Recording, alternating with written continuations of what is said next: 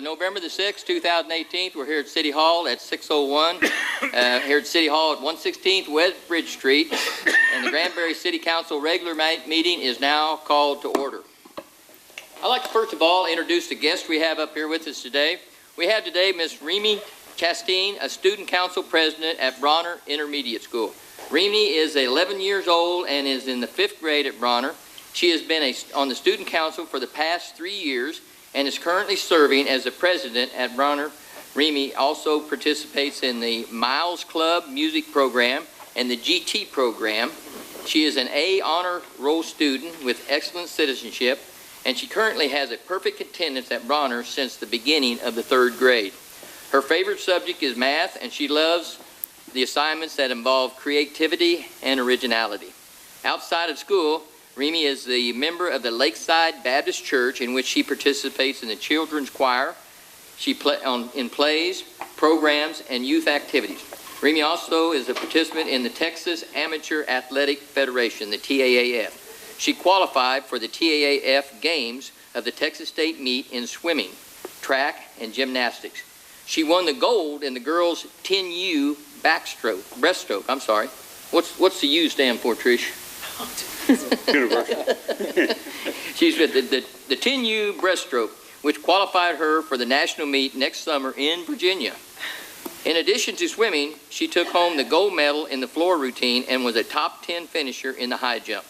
Remy enjoys spending time with her family. She loves playing with her dogs, swimming, wakeboarding, jumping on the trampoline, snow skiing, and watching movies.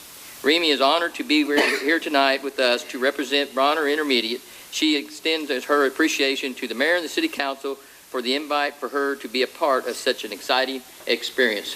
Remy is going to be our honorary council member. We started this program last year sometime, and we was able to have a couple of them, and now we've picked it up again this year, so we're going to be having honorary council members one time a month, and Remy was chosen by her school to represent us at this meeting today. So congratulations, Remy. We're glad to have you here today.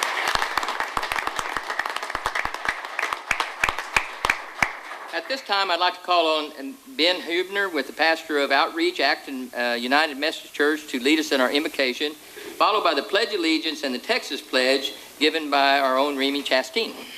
All rise, please. Would you bow your heads and pray with me? Holy and gracious God, we give you thanks for this day that we have gathered here to do this work of this city. God, we pray that you would be with us in these next few minutes. God, that each of these council members would just be overcome by your Holy Spirit. That God, that they would see clearly what your will is, not only for their lives, but for the life of this city. That God, that they would listen to you, that they would pay attention to your people. And God, that they would know that they are loved and that they represent a great community. God, we pray that you would be with them in this election day, that you'd be with all of us this election day. That God, all of the new servants who are being elected and all those who are continuing in office, God, that your Holy Spirit would come upon them. God, that they would set aside their party affiliation, their own desires, their own wants. And God, that they would seek first after your kingdom and after bringing your name to all the people. We pray these things in the mighty and powerful name of Jesus Christ. Amen. Amen. Join you in the Pledge of Allegiance. I pledge allegiance to the flag of the United States of America and to the republic for which it stands, one nation, under God, indivisible, with liberty and justice for all. And now the Texas flag. Honor the Texas flag. I pledge allegiance to thee, Texas, one state, under God, one and indivisible.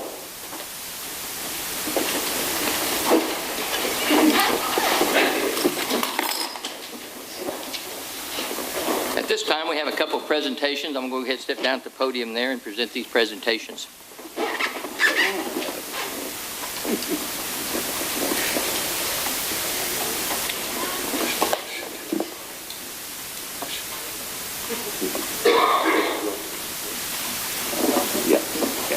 First presentation would be a proclamation recognizing the National Home Care and Hospice Month. And I'd like to call upon Susie Childers, Mitzi Bitty, and Councilperson Trish Reiner to come out, please. Mike. Mike, okay.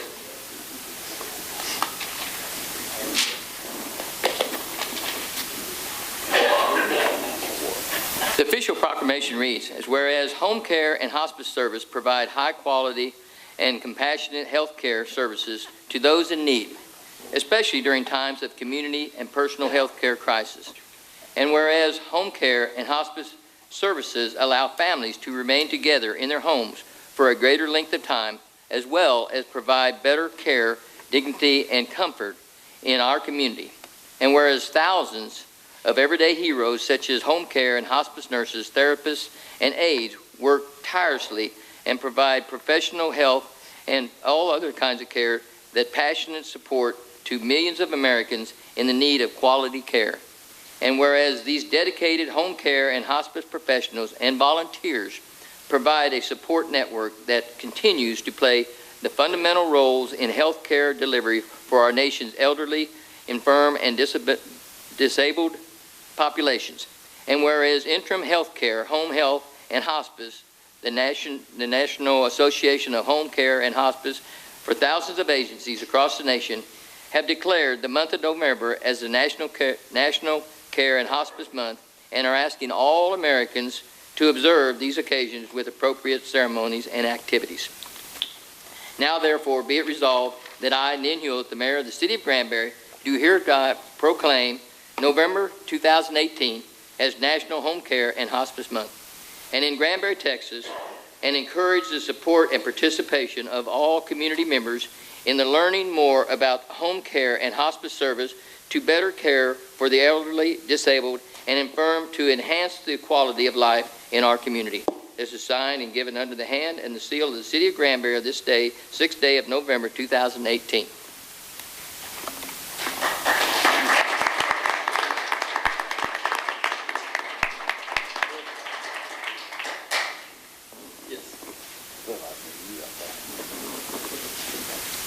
Thank you very much.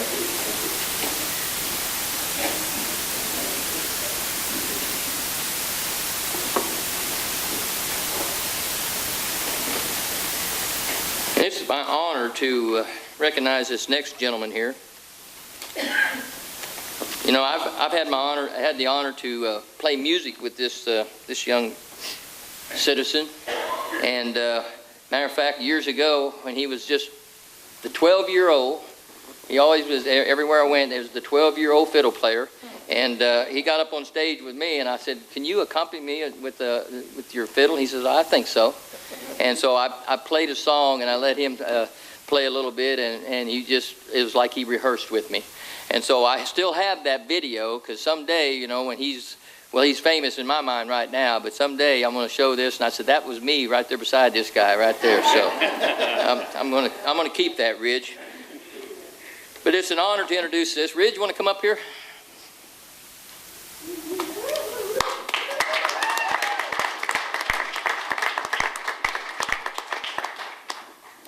I'm going to read this certificate, but as you know, Ridge was a world champion here not too long ago, and Ridge does so many things for the community. Every time we turn around, Ridge is playing at an organization or a fundraiser or just an event, and he's just a part of this community. He's played all over town. He's played all over the Metroplex. I ran into him one time at an event in Fort Worth, and you know, of course, I criticized the mayor then. I said, "What are you doing taking our Ridge Roberts down here in Fort Worth?" And they said, "Well, we heard all about him." So they had him out there playing his music. But Ridge has played all over the place, but he has also been really active in this community, not only with his music, but just being part of the community. And we look forward to many more things that Ridge is going to accomplish. But this is really a great accomplishment.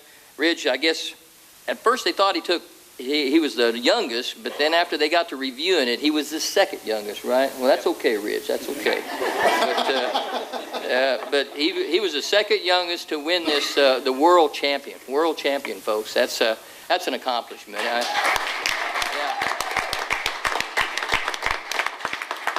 We want to recognize Ridge tonight and his accomplishments, and you know, I know we'll be seeing him on doing this many more accomplishments as this, but we really appreciate, Ridge, what you do for the community, and we're proud of you and proud that you're a part of Granbury. So Congratulations. I'm going to read this certificate here. It is a certificate of recognition proudly presented to Ridge Roberts for being named the second youngest world champion fiddler at the 82nd World Champion Fiddlers Festival of Crockett, Texas on September 22nd, 2018, and continuing to share his talent for this local organization. And this is given under my hand and the seal of the City of Granbury on this 6th day of November 2018. So we want to congratulate you, Ridge. Let me get out here and get a good picture. Okay?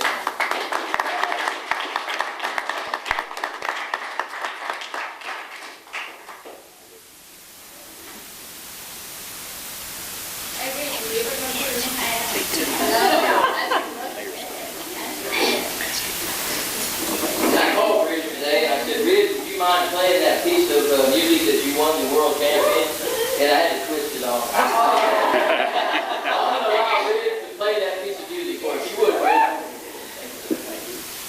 Well, you know, I have to say before I play this that we just passed our 11th anniversary here in Cook County and basically Granbury. I always say anywhere I go that I'm from Granbury. And, you know, I'm just so proud to represent this town. I love this town so much, and you have all just throughout the year. So with that being said, I'm going to play this song. This is called Line Rock.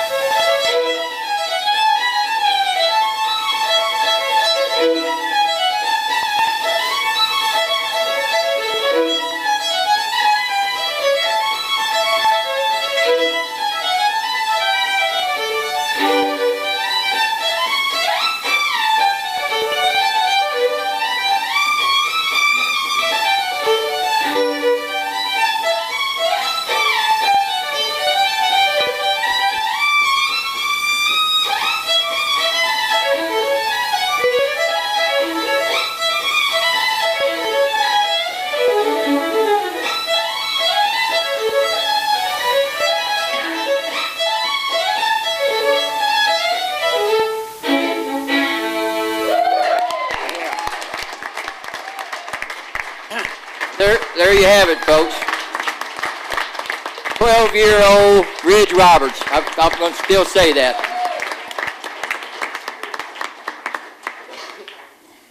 And Ridge, you're here with your mother, right? Right there, you share with them all the time, taking pictures and following him around, and taking carrying his fiddle around. Carry him around. Carry him around. Thank you very much, Ridge, for the community. Keep it up, bud.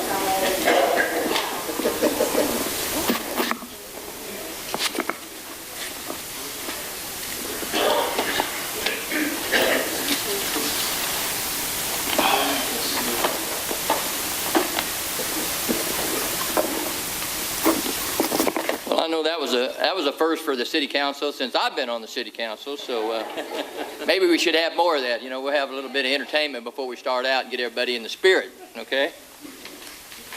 Once again, thank you. Thanks everybody for that, their service to the community. This time I'm going to let Michael Ross, he's going to introduce our new CVB director, right? Yes, okay. sir. Yes, sir. If you would, Mike. Thank you. I would I'm so happy to introduce Tammy Dooley. If you'd stand, Tammy, our new CVB director. Lived in Granbury about over 5 years now. We're stealing her from the Midland area where she's been traveling back and forth, and we're so excited to have her start. Her first day was this past Monday, and she is hitting the ground running. So thank you so much, Tammy. Thank you so much.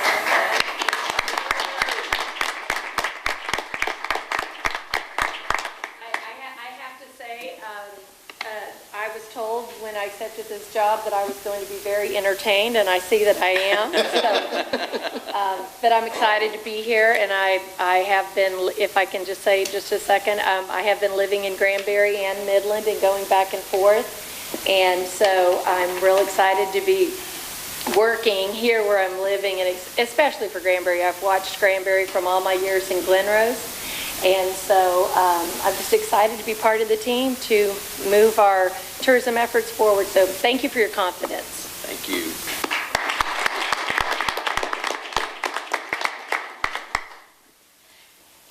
Remy, just anything like your council meetings at school? Not at all, huh? Okay, all right. Well, next we're going to go into our citizens' participation, and we do have one citizen that would like to speak, and I'm not going to read the rules because this person has spoken several times up here, so I'm going to call upon Julia Pinnell.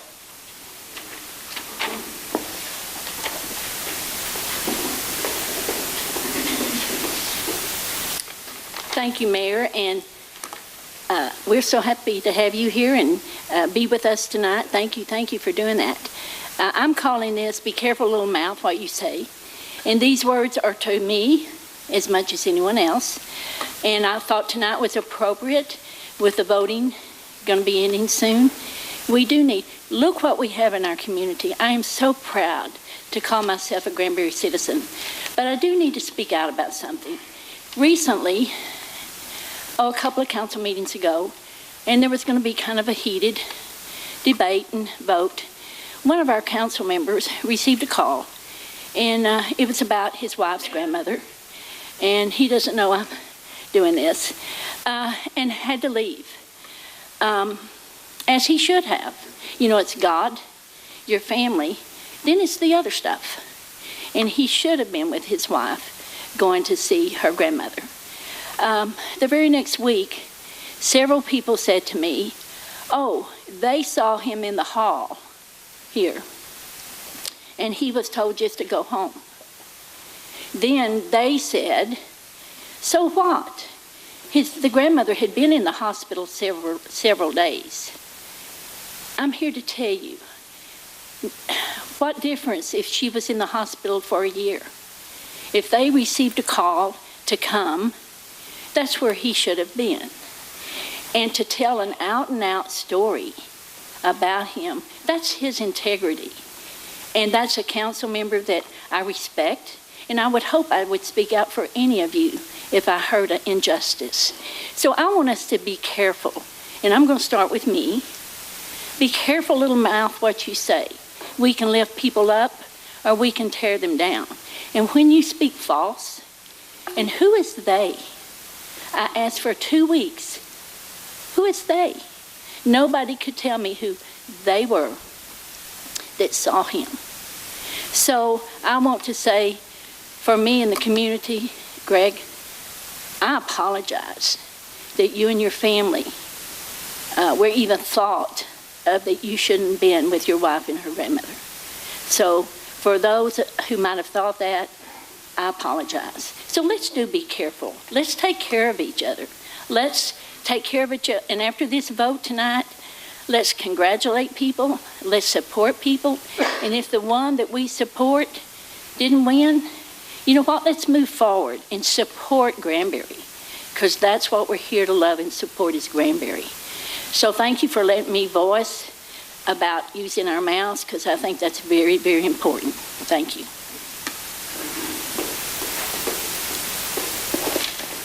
I do have one more announcement before we get started on the consent agenda. I just got word from from Cricket that, as you know, the propositions that are on the ballot, they're having issues with the second page. They're working through those issues. There's a glitch in it. They're not recording the second page of the propositions.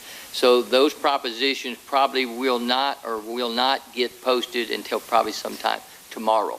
Now, that's not going to interfere with all the other parts of the election, but just so when you see that, they're working on that, and they're going to get that fixed possibly, but they know right now that it won't be fixed until tomorrow. That's only the second page of the propositions. As you know, there's 2 pages on that. So just FYI, folks. At this time, we're going to move into the consent agenda, and we're going to allow Remy to gavel that in for us. So we're going to go through the consent agenda here, Council. That first item being to consider approving the City Council meeting minutes of October the 9th. The second one being consider adopting ordinance number 1873 pursuant to the request of Texas Department of Transportation to modify the posted speed limit on FM 167, and they're just waiting for the council to approve that ordinance. And also, number 3, to consider approving the purchase of the Pierce Aero Tower trucks, Pierce Pumper trucks, from Sidham Martin Energy Group in the amount of $2.160 million. And also to consider adopting ordinance number 1874, amending the operation budget for the General Utility Airport and Tourism Fund for the fiscal year 2018 and 17 and 18. This here again is just some housekeeping there. Number 5 is to consider approving an interlocal animal control support agreement between Hood County and the City of Granbury. Here again, we do this basically every year. And also the number 6 is to consider adopting resolution number 1828, consenting to the 3rd amendment to the Declaration of Covenants, Conditions, and Restrictions to the island on Lake Granbury. And as you know, Council, we had already consented that, waiting for the HOA to meet, and they have met and received and voted for this. So that's all that's been cleared up. So there you have, Council, the consent agenda items. Are there any items on there that you wish to remove, alter, change, or to discuss at this time? Mr. Mayor, Councilperson Reiner. excuse me. There's nothing that I want to remove. I do want to make a quick comment, if you will allow me to do so. Go ahead. I see Chief Blackman in the audience with several firefighters, and as we approve this truck budget, would you all mind standing up for just a moment, please? All the firefighters in the audience. And Greg, my friend. Very briefly, I've had an opportunity to attend many of the business meetings for the fire department, and I am so impressed with how you run the show and how grateful I am. I can't even tell you how grateful I am that you do what you do for our community. Thank you very much. This is well-deserved. The community needs these trucks. I appreciate that you put your lives on the line every day for us as citizens, and you put your own families aside occasionally to do so. So I just wanted to tell you all that I'm very grateful for that, and I know that this community is grateful for as well. That's all I wanted to say.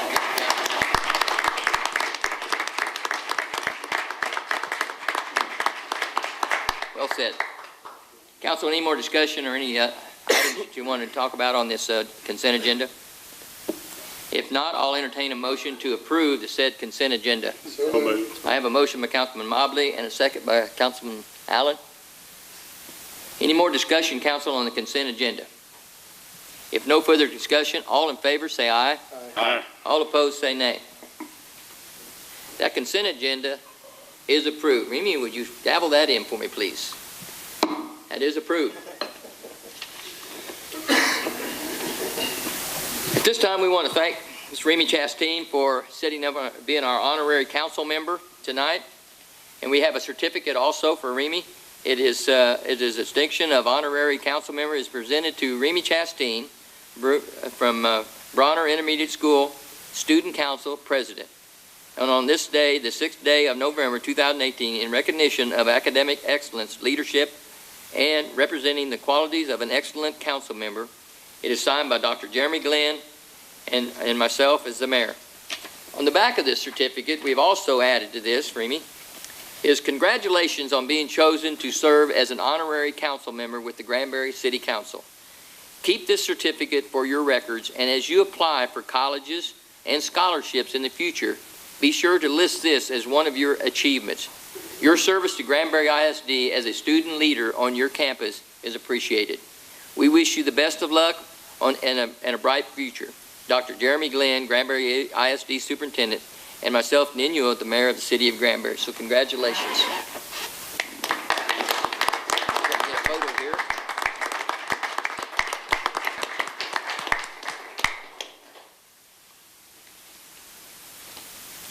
We're going to try to take a photo here with the whole council. If you would stand up, please. Move in, council. We can try to get them all here together. Get up there, Michael. You part of this team. Wait, okay, wait a minute, wait. There.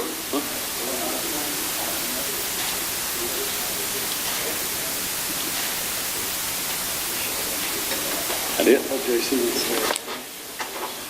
yours.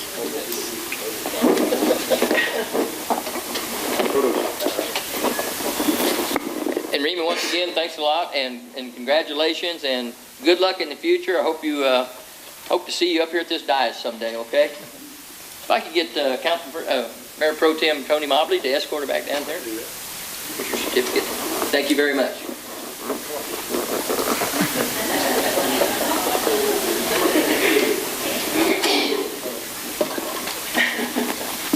One of our future leader folks.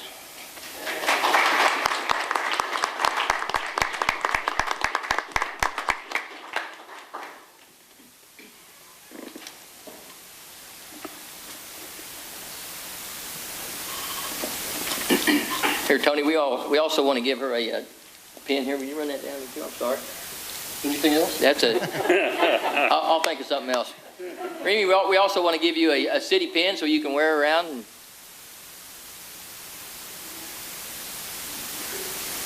thank you. Here, Tony, give her. I'll take a water. They'll take a water. At this time, the City Council will move into the deliberation agenda. That first item being a public hearing and considering an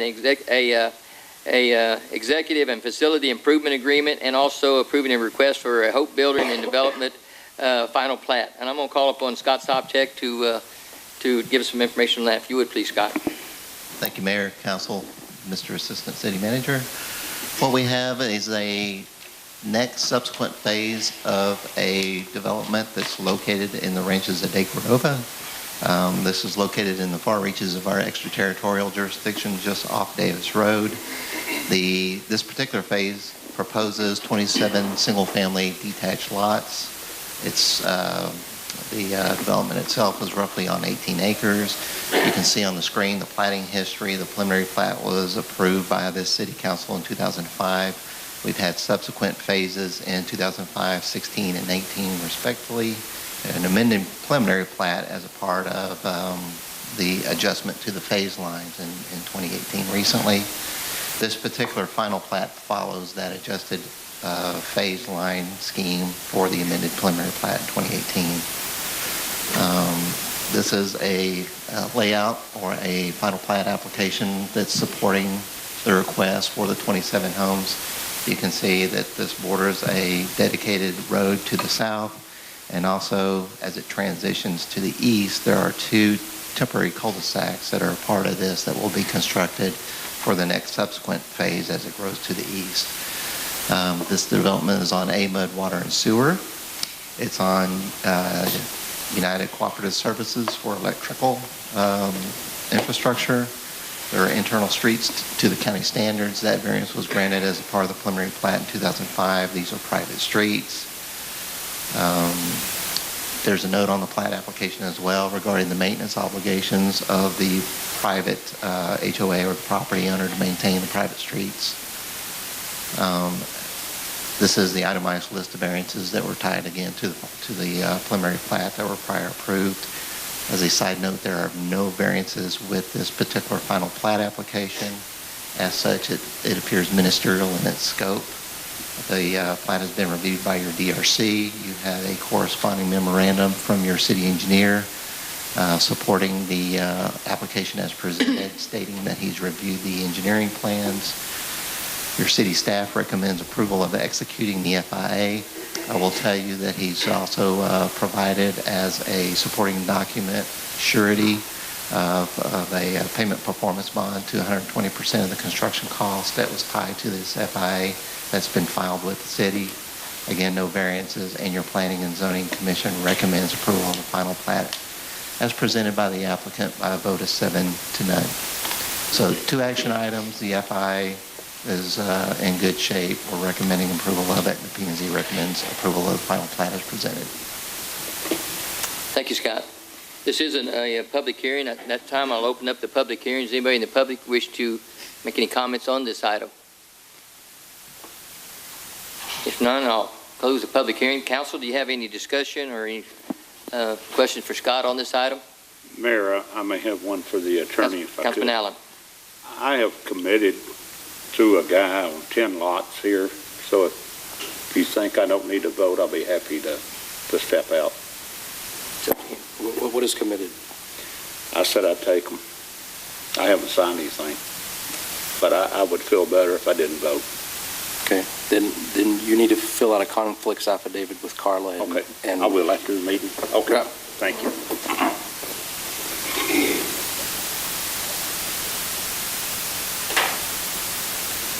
So Councilman Allen has abstained from the vote on this particular item. Council, any more discussion on this item? If none, I'll entertain a motion to approve the said execution of the said FIA. So moved. I have a motion by Councilman Corrigan and a second by Councilperson Reiner. Council, any more discussion on this item? If none, all in favor say aye. Aye. All opposed say nay. The FIA is approved. Next, we'll entertain the motion on the final plat. Council, do you have any more discussion or questions on the final plat to Scott? If none, I'll entertain a motion to approve the said final plat. So moved. I have a motion by Councilman Mobley Second. and a second by Councilman Couch. Council, any more discussion on the said final plat? If none, all in favor say aye. Aye. All opposed say nay. That final plat is approved. Thank you. The next item, item number 8, once again a two-part, is an FIA agreement and also a final plat. I'm going to let Scott Sopcak lead us into that one, if you would, please. Thank you, Mayor. What we have is a request by an applicant, Mr. John McGonigal, who's the owner of the property, to plat the property, its final plat request, to create one lot of record in order to prep the site for a new development. That new development being a professional office, more particularly a office for a lawyer. So the property was zoned recently around September, and light commercial does allow for professional offices by right.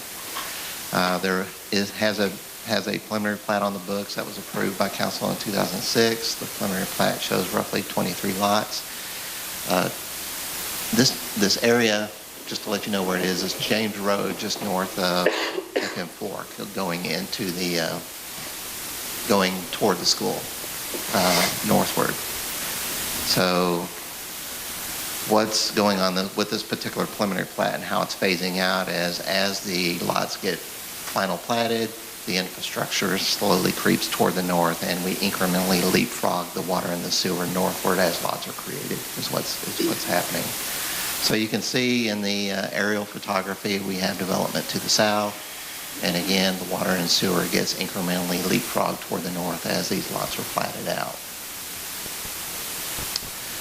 So we have an FIA for the extension of the water and the sewer and the sidewalks for a little over $54,000. The applicant has issued a cash deposit to secure this for the construction.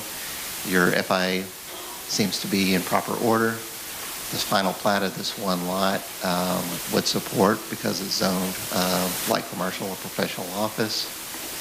There are no variances associated with this particular plat application. All the DRC comments have been addressed. Again, we have a memorandum from your city engineer supporting the engineering plans as presented by the applicant. The applicant and his engineer of record, Hamilton Duffy, has presented the engineer all the needed information.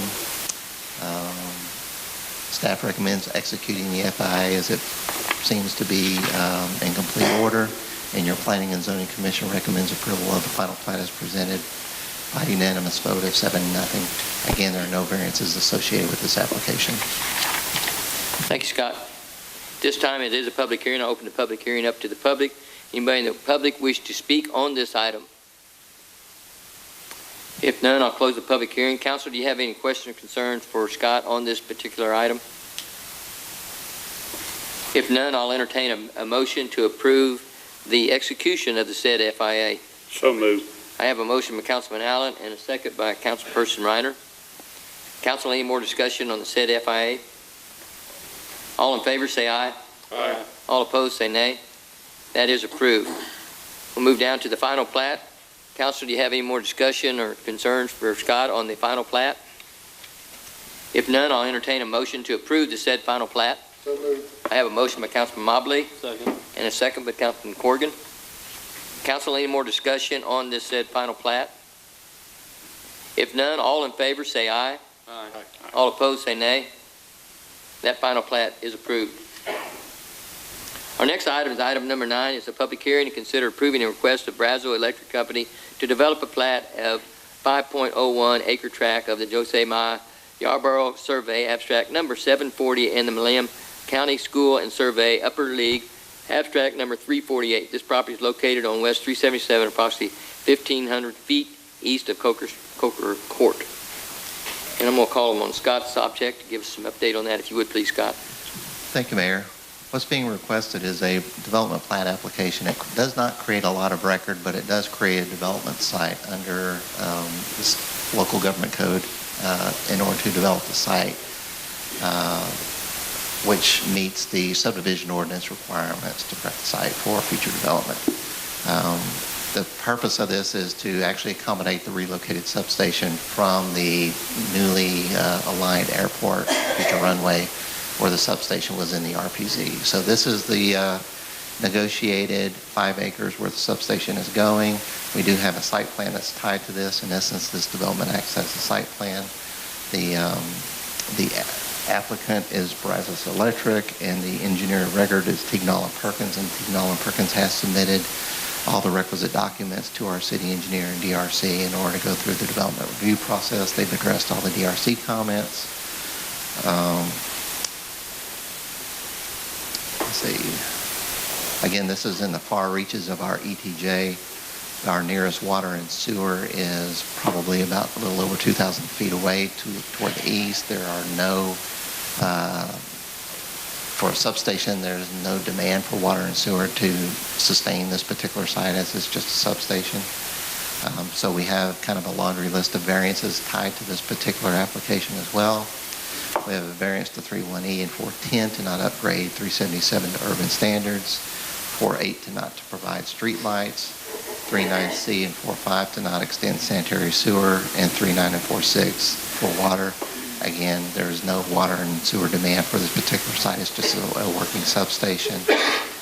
If you'll note in your supporting documents, you'll see that the P&Z recommends approval of the variance by a vote of 6 ayes and 1 nay.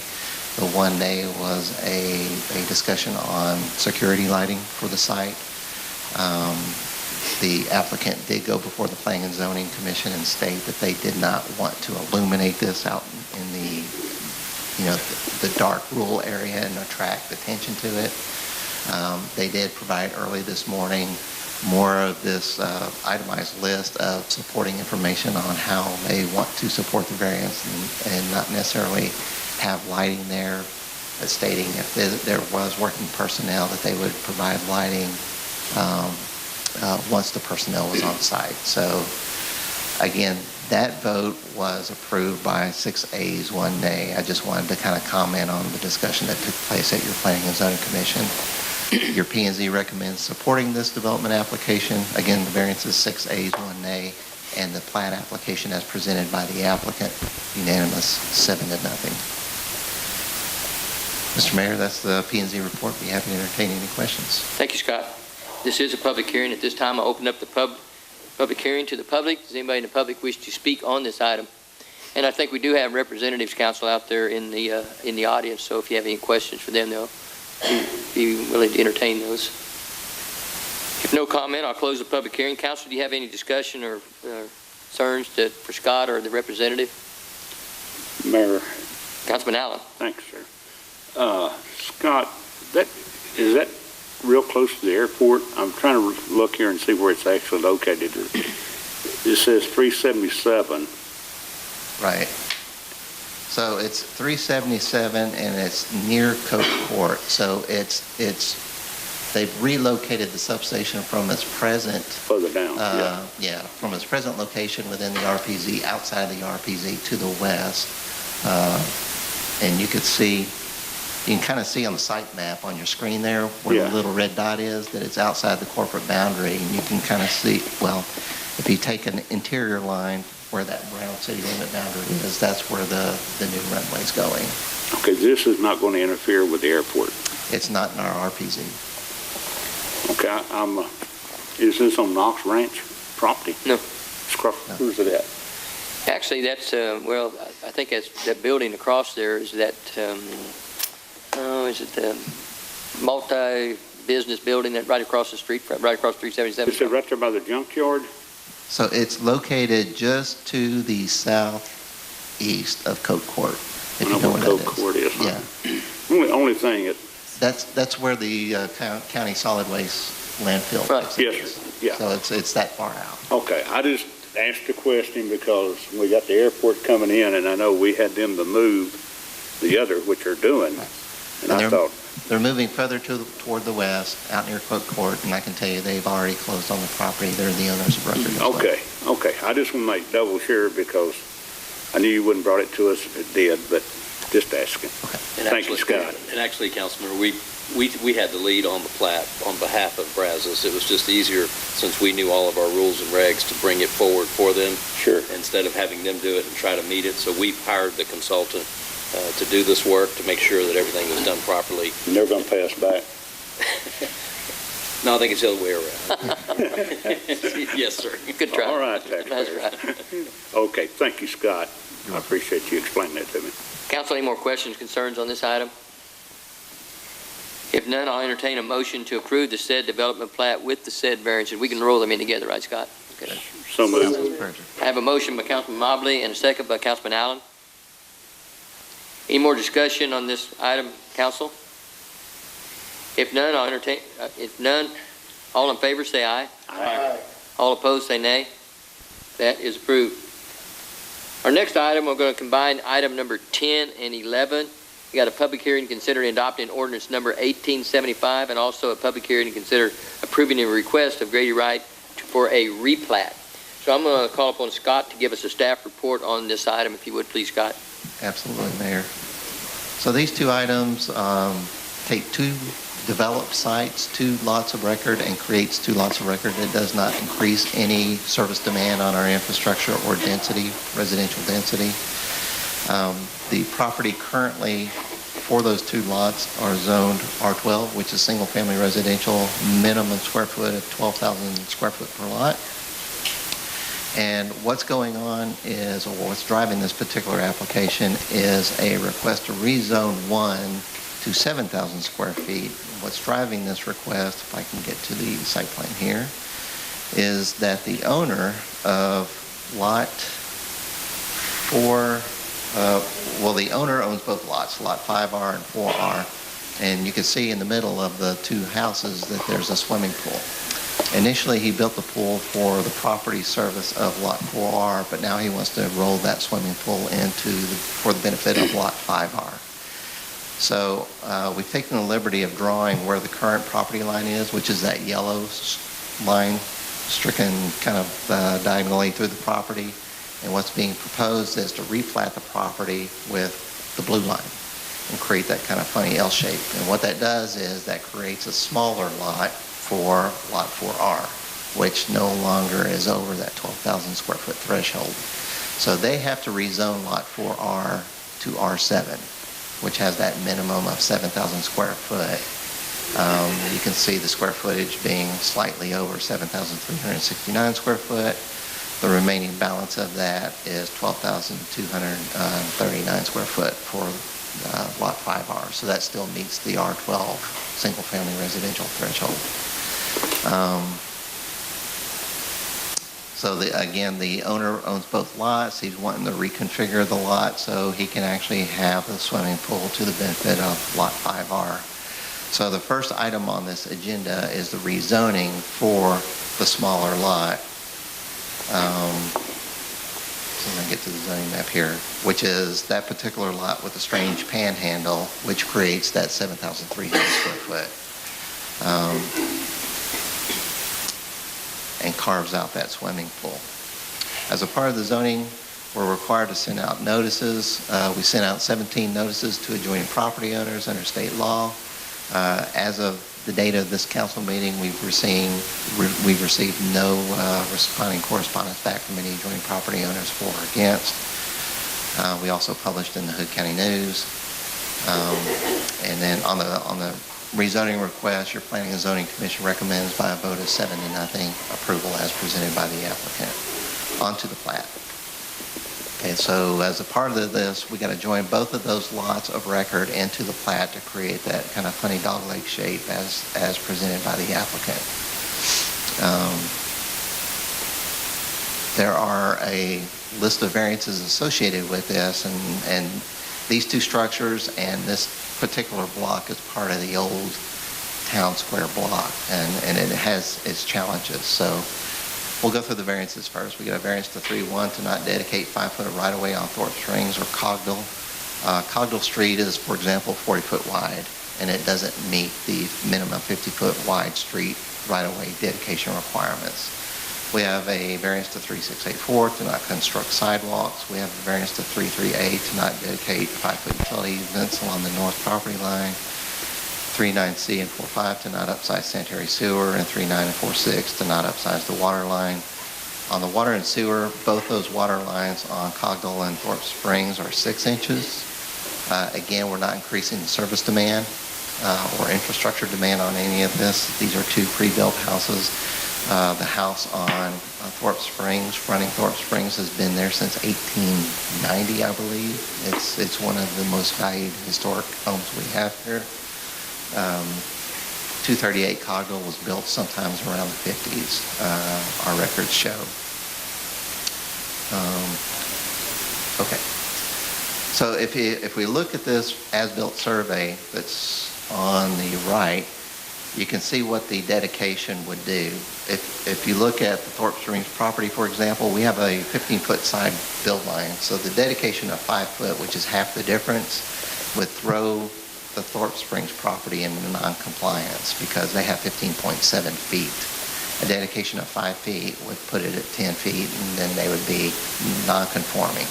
So this action would be non-conforming. Similarly, on Thorpe Springs, we have a front setback, and you can see that perforated line along Thorpe Springs that goes across the front facade. That's where the build line is. So again, a dedication of 5 feet would throw this into non-compliance.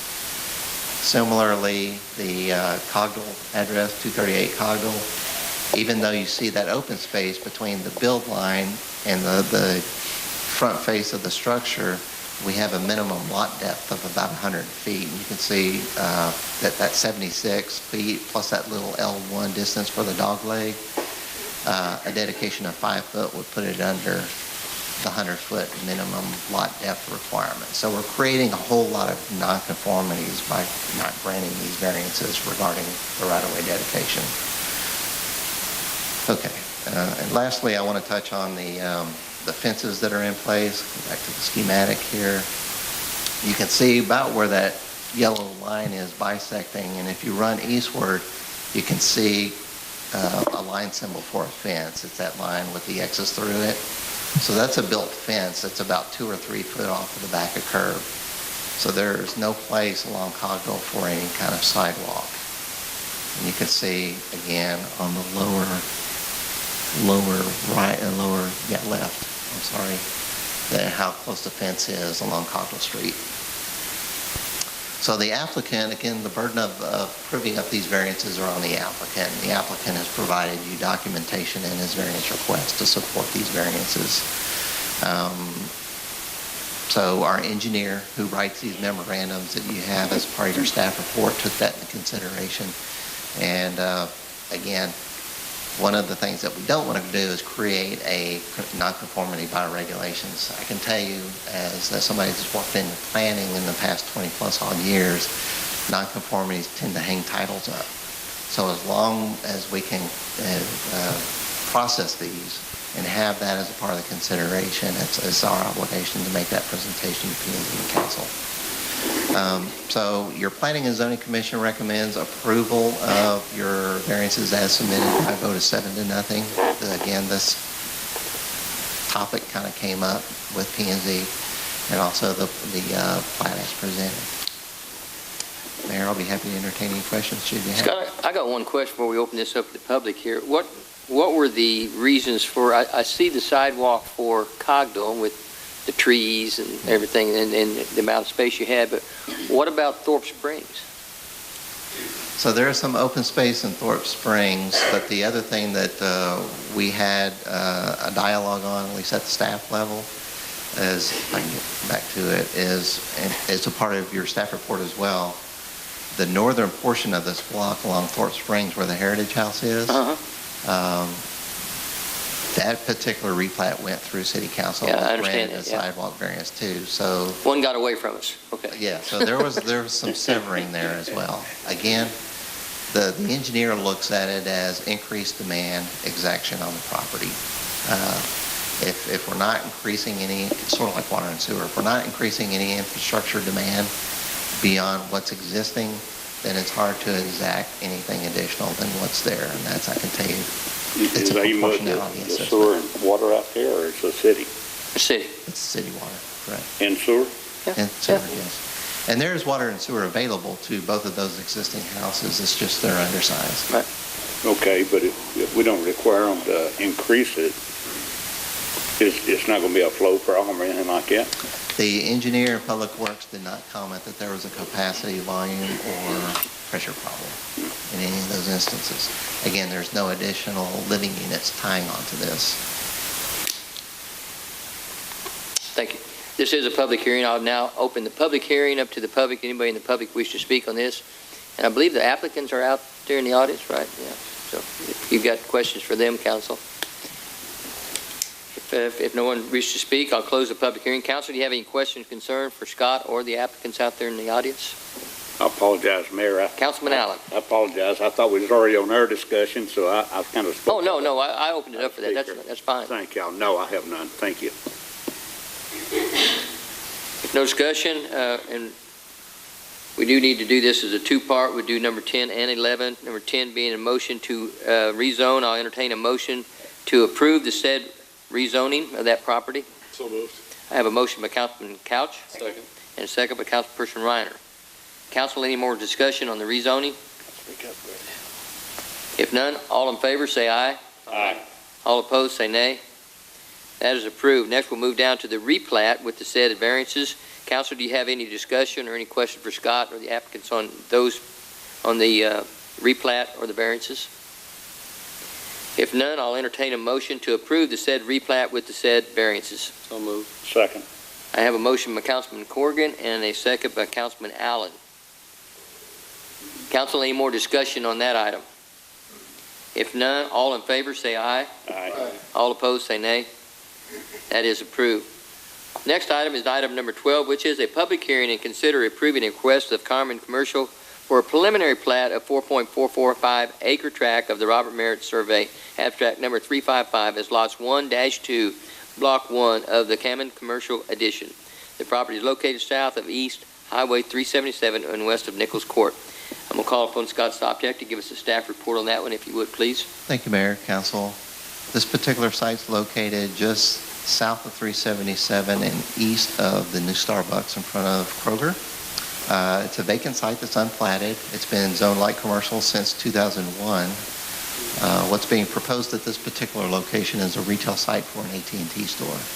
We have a plat application that proposes 2 initial lots, but they're really focusing on lot 1 fronting 377 to place the AT&T store. There's no initial plans right now for the second southernmost lot.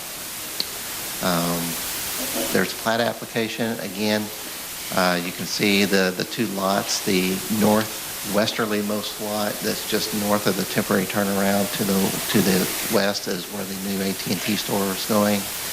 The residual balance of that is the second lot that's unknown at this time. So it's expected that the applicant will come in with a final plat application for lot 1 only. This is in Granbury's water and sewer service area. There's a 12-inch water line along 377's frontage. The sewer line is an 8-inch line that runs toward the back of the lot. That's why you see a variance to sewer, not along 377, because everything gravity flows toward the south, toward the back of the property. It's in UCS electrical service area. The applicant has coordinated with TxDOT over the driveway location. There's a couple of makeshift driveways there, and what they're trying to do is consolidate one good usable drive with TxDOT. And you can see how that particular site plan shows kind of an L-shaped button hook tie into 377. And I got word this morning from one of my staff planners that the driveway permit at this location at that entry point has been solidified through an approved permit with TxDOT. So the existing structure is to be demolished on site. There's an old wooden structure there. The following variances are requested by the developer under the plat application to support the proposal. 3, 9, and 4.5 to not extend sewer along 377 frontage. Again, everything falls toward the back, and they do have, and adjoining property owners have accessible sewer toward the back of the property. We have a variance to 3.1E and 4.10 to not upgrade 377 to an urban template. Those are the only two variances. They presented us a site plan showing sidewalk along the frontage tying into the Starbucks toward the west. Your Planning and Zoning Commission unanimously by a vote of 7-0 recommends approval of the variances and the plat application as presented by the applicant.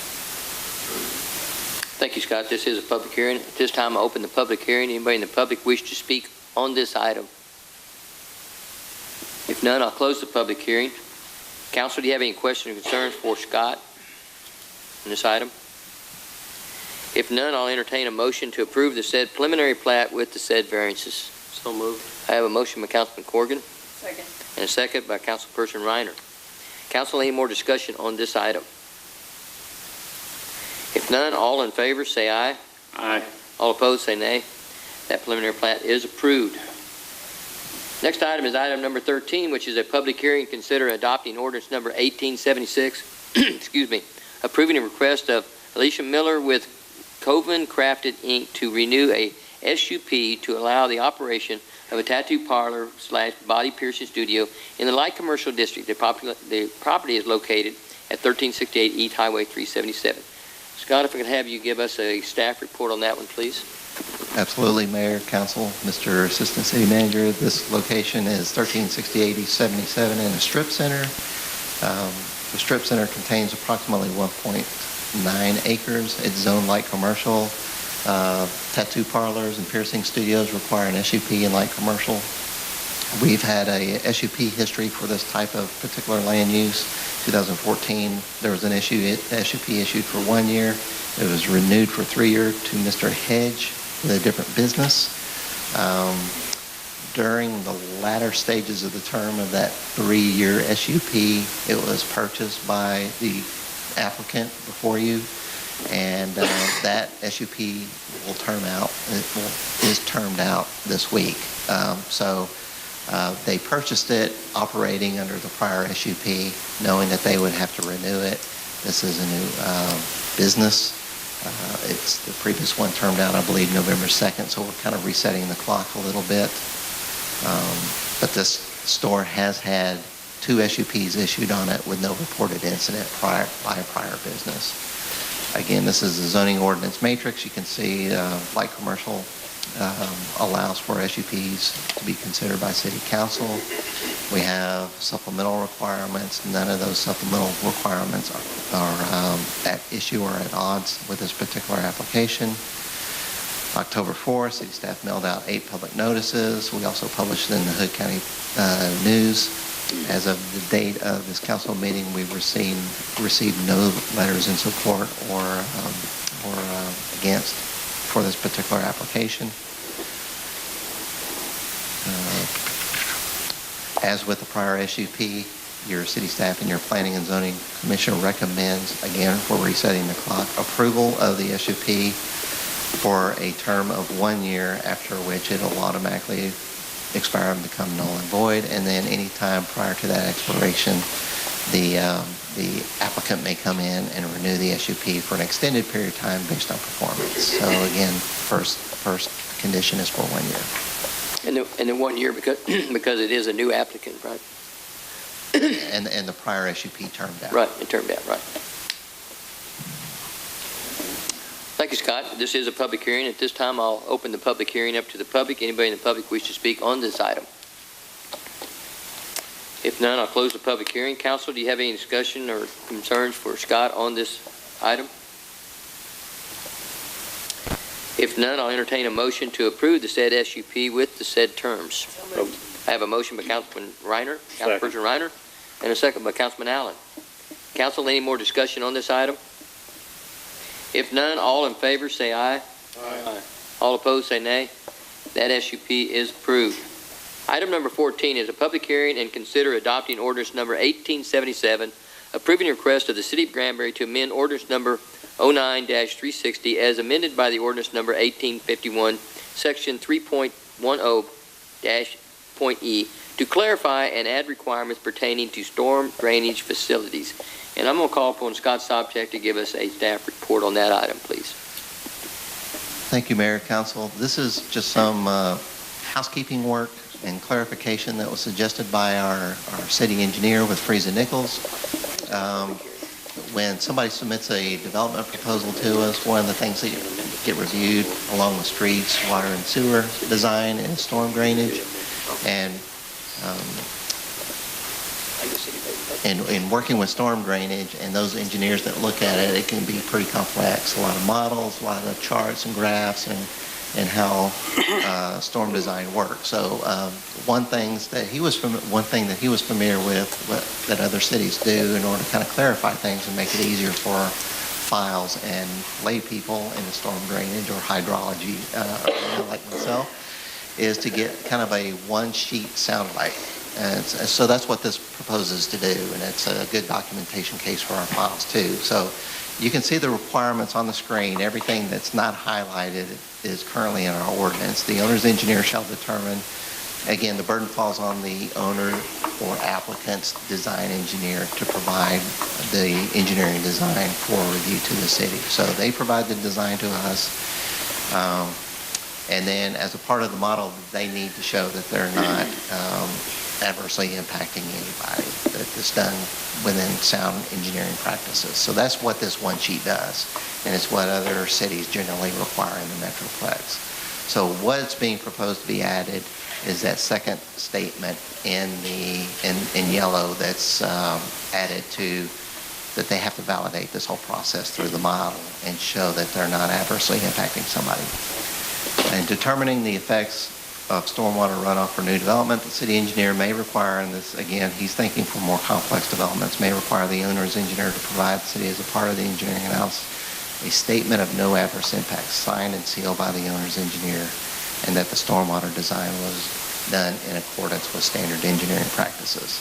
So this is that one kind of executive summary that we don't have now, that if we have any questions, we have to go back through the models and have to get engineering analysis and look at all the charts and then have an engineer tell us what those models mean, as opposed to having this one simple executive kind of summary statement that we can even present to council to say, here's what the design engineer's statement is, and it's stamped and sealed.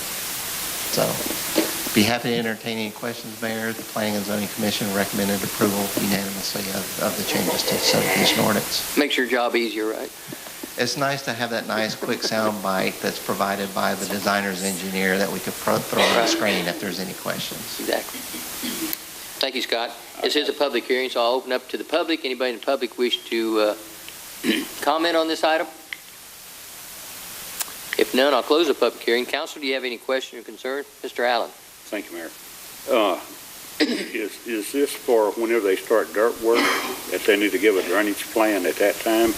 Not the final, but do they need one for, like when you cut the roads and stuff in, or you start building up pads? So this would be, I would surmise that this would be in concert with the final engineering plans that have been approved. So once the plans have been approved, your water, sewer, streets, and drainage, and the design engineer has concluded addressing all the city engineer comments, the city engineer has the latitude to say, okay, I want this one-page soundbite post before we do the final approval in order to kind of button up the file on the engineering plans before any development started. Johnson County has got that now. I'm involved in a couple, I'm a MENA, a couple of developments over in Godley, and they got something similar to that. We just took a plat in there about 2 weeks ago when they said we need to give them one where we're going to store water, where it's going to drain to, when we're doing our development.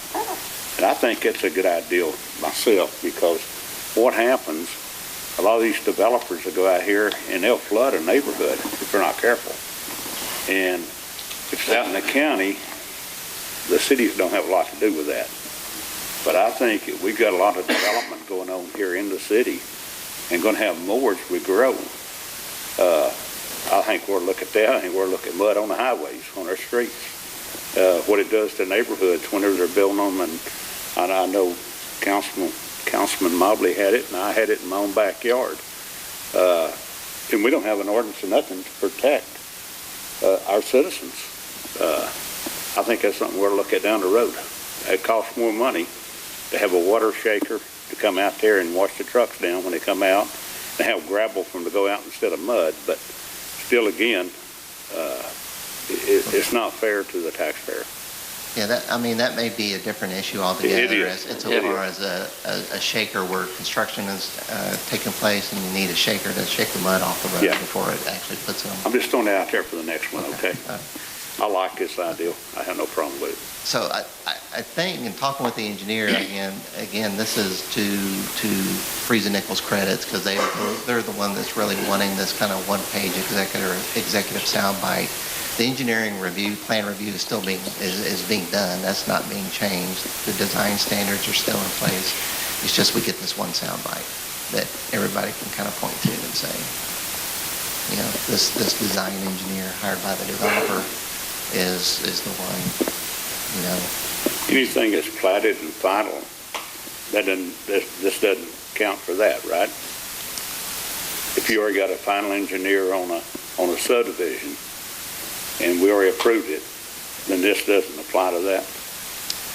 So if we have a prior subdivision that has come through the process, then they have engineering plans stamped and sealed by the developer's engineer.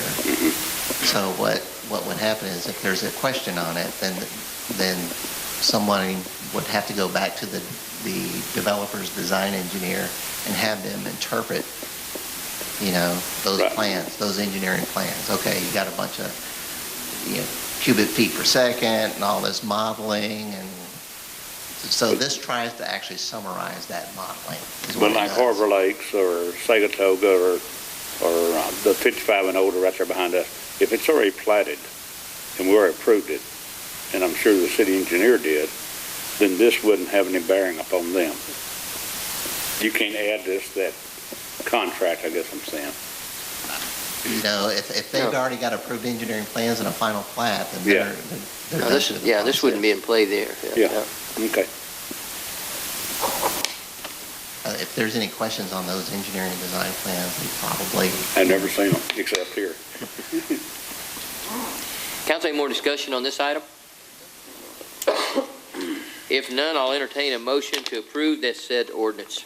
So moved. I have a motion by Councilman Corrigan and a second by Councilperson Reiner.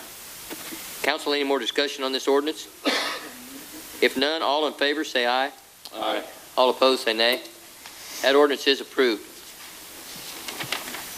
At this time, I will now declare that the Granbury City Council is convened into open session and that all its members are present. The City Council will now go into closed session pursuant to the provisions of the Texas Government Code in accordance with the authority contained in the following sections. Section 551-074, Personnel Matters. Section 551-071, Consultation with the Attorney. And Section 551-072, Deliberation regarding real property. And Council, if you go back in executive session, we'll try to get you out of there and down to the conference center as soon as possible.